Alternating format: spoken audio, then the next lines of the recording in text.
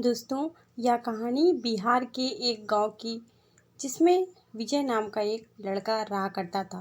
बचपन से ही पढ़ाई में होशियार विजय अपने मम्मी पापा की आखिरी उम्मीद था। विजय के दादा ने अपने समय में बहुत कर्ज ले लिया था, जिसको चुकाने में पापा की पूरी जिंदगी मजदूरी में ही निकल गई। उनके पास थोड़ी सी जमीन बची थी, जिससे उनका गुजारा हो रहा था। पापा की तबीयत मजदूरी करने से खराब रहती थी, पर पापा विजय को इस बात का एहसास नहीं होने देते थे। विजय को पढ़ाई में इतना ज़्यादा होशियार देखकर उसके मम्मी पापा ने कहा, हर वह काम किया जिससे वह विजय को पढ़ा पाए। विजय की कॉलेज की पढ़ाई खत्म हो गई थी और वह एक छोटी सी नौकरी करने लगा, जिससे उसका खर्चा निकल जाता और साथ में वह कलेक्टर बनने की तैयारी भी कर रहा था। विजय अपने वक्त का एक मिनट भी फालतू नहीं गुजारता था। विजय ने पूरा समय पढ़ाई और नौकरी में ही लगा दिया। विजय के पापा को यह पता था कि वह कलेक्टर बनना चाहता है, इसलिए घर की हालत बहुत ज़्यादा खराब होने पर भी उन्होंने विजय से कभी इस बात का जिक्र नहीं किया और ना उसको अच्छी नौकरी करने के लिए कहा। लगातार 2 साल तक विजय पास नहीं हो पाया। उसके बाद भी उसके पिता ने अपना घर जमीन गिरवी रख कर विजय को आईएएस की कोचिंग ज्वाइन करवाई और उसकी नौकरी भी छुड़वा दी और केवल पढ़ाई करने को कहा।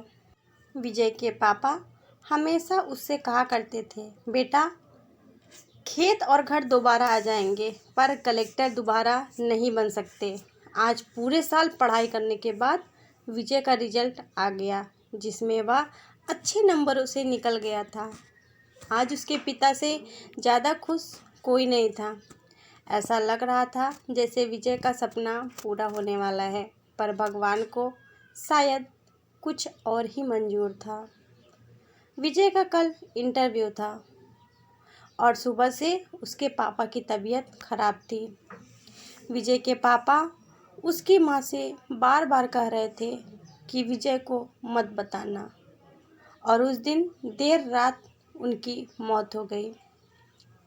अब एक माँ जिसकी गोद में उसका पति गुजर गया और वह अपने दर्द को भुलाकर अपने बेटे की ज़िंदगी के बारे में सोच रही थी।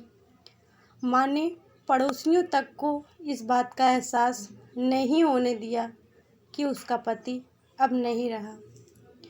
पूरी रात ऐसे रोई कि आवाज़ भी न निकले, और सुबह विजय जब इंटरव्यू देने जाने लगा, तब माँ और पापा के आशीर्वाद के लिए उसने माँ को कॉल किया। माँ ने पूरी हिम्मत लगा दी, अपना सब कुछ, अपना सच छुपाने के लिए, और विजय को आशीर्वाद दिया। और जब विजय ने पापा से बात करने को कहा तो माँ बोली, पापा अब तुमसे बात नहीं करेंगे, वह कलेक्टर से बात करेंगे। इतनी बात करके माँ ने फ़ोन रख दिया। विजय का जब इंटरव्यू हो गया तब उसे बताया गया कि उसके पिता की तबीयत खराब है, उसको तुरंत घर जाना है। इसके बाद विजय को एक पल भी नहीं लगा अपने पिता की हालत समझने में। घर पहुंचकर पिता के पैरों में गिरकर वह ज़ोर ज़ोर से रोने लगा और कहने लगा, पापा उठो, देखो मैं कलेक्टर बन गया हूँ। आज उसके पिता को वह खुशी मिली थी जिसका उनको इन वर्षों से इंतज़ार था, पर आज वह इस दुनिया में नहीं थे। भगवान विजय के पिता की ज़िंदगी में सुख लिखना ही भूल गए थे। पहले वह अपने पिता के कर्ज में ज़िंदगी भर मजदूरी करते रहे और फिर बेटे के सपनों में फिर घर और ज़मीन को गिरवी रखनी पड़ी। वह ज़िंदगी में कर्ज लेकर आए और कर्ज लेकर चले गए। विजय के पिता को भले ही ज़िंदगी में कुछ भी हासिल नहीं हुआ, पर अपने बेटे को इस काबिल बना गए कि वह अपने 7 पुस्तकों को घर बैठे बैठे खिला सके। विजय की माँ ने जो उस रात किया, जिसको करने का जज्बा बहुत कम लोगों में होता है। शायद जब विजय कलेक्टर बनकर घर आया तब माँ ने विजय से कहा, बेटा तुम आज इतने बड़े हो गए हो कि हजारों गरीबों का भला कर सकते हो। जब भी तुम्हारे सामने कोई गरीब मदद मांगने आए ना, तो अपने पिता और मेरे बारे में सोचना ज़रूर। मैं तुम्हारे बराबर पढ़ी लिखी और समझदार तो नहीं हूँ, पर मैं इतना तुमसे ज़रूर कहना चाहूँगी, इतना ज़रूर मैं जानती हूँ कि गरीब आदमी की बहुत मजबूरियाँ होती हैं। तुम कभी किसी का बुरा मत करना। दोस्तों, इस कहानी से हमें यह शिक्षा मिलती है कि वक्त कितना भी ख़राब हो, हम उसे बदल ज़रूर सकते हैं। माँ और बाप के एहसानों को हम कभी नहीं उतार सकते, पर हम अपने कर्मों से उनकी इच्छा पूरी ज़रूर कर सकते हैं। आपने पढ़ा कि कैसे विजय के पिता का जीवन लग गया उसे कलेक्टर बनाने में। जब भी कोई किसी पोस्ट पर या जीवन में बहुत ऊपर किसी पद पर पहुंच जाता है ना, तब उसमें बहुत सारे लोगों की मेहनत और त्याग लगता है।